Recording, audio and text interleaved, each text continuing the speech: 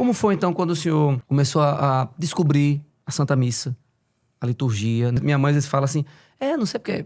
Os crentes, né? Na verdade são os crentes. Os crentes o culto dos crentes não tem nada, é um grupo de oração, é uma reunião de oração e tal. Enquanto na missa tem todo... É um grupo de oração, sua mãe tá certíssima. Então, assim, como foi pro senhor perceber que, poxa, lógico, se procurava a presença de Deus com piedade, com devoção, com desejo daquilo, mas percebeu que a Igreja Católica, né, detentora dos sacramentos, e tinha algo muito maior, mais substancial para oferecer. Como foi pro senhor perceber essa diferença, né? E olhar para a Santa Missa e saber como era o culto e como é a Santa Missa?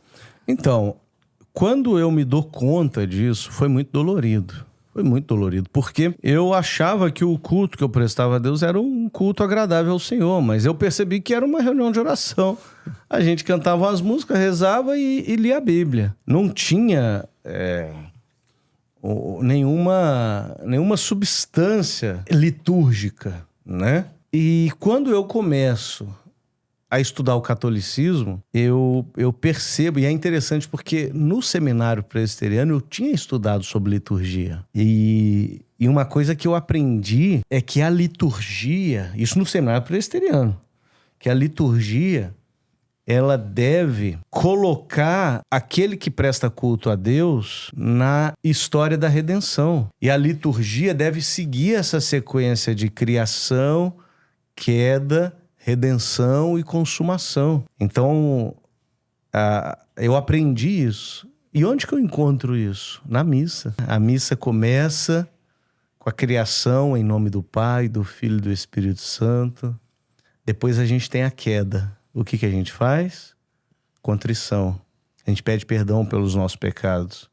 Depois, a gente tem o período do plano da redenção, onde os profetas anunciam o Messias, são as leituras bíblicas, a homilia, até que chega no auge, que é o sacrifício de Cristo. O sacrifício de Cristo que aconteceu no Calvário se torna presente diante de nós, na missa. E antes da consumação, o padre nos diz, ide em paz, que o Senhor vos acompanhe. Ou seja, a gente é enviado em missão. Acaba a missa, começa a missão, né? Nós somos enviados em missão. Eu percebi que lá estava o que eu sempre queria. Eu percebi outra coisa também, que por mais que eu, enquanto presbiteriano, tinha uma visão um pouquinho mais elevada acerca da Eucaristia do que os demais protestantes, não era nada diante do que a Igreja Católica ensina, né? A Sagrada Eucaristia não é só um memorial, não é só não é um lembrete de que Jesus morreu na cruz. Quando eu descubro que no santo sacrifício do altar o próprio Cristo está ali e o Calvário se torna presente diante de mim, eu falo, gente, eu preciso disso, eu quero isso. Tem uma passagem em Gálatas, se vocês me permitirem, eu não lembro a passagem exata, mas eu acho que se eu der um Google aqui, eu acho... Gálatas, achei, ó.